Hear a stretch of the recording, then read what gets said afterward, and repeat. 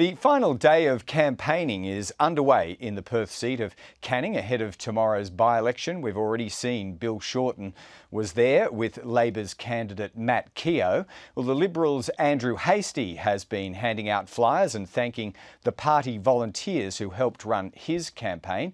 Our reporter Stephanie Dalzell was there and we spoke to her a few moments ago, beginning by asking about Andrew Hastie's confidence.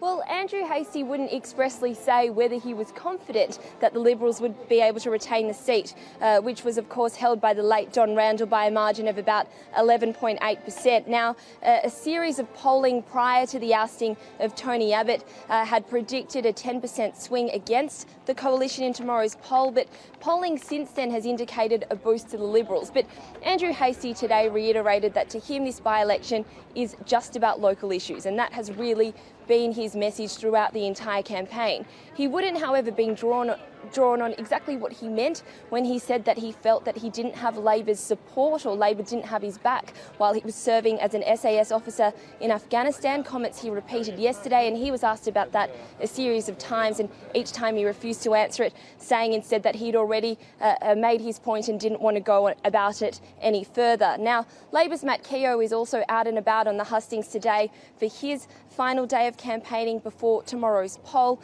and he's also likely to stay on message, which has changed slightly in a few days. Labor had really been cashing in on voter dissatisfaction with Tony Abbott, but now it's broadened its strategy slightly and instead saying that if you vote for the coalition, you're voting for a dysfunctional government. And Steph, it's obviously inescapable for both candidates that we have had a momentous leadership change over on the East Coast here in Canberra. What sort of influence do you think it might have on this contest?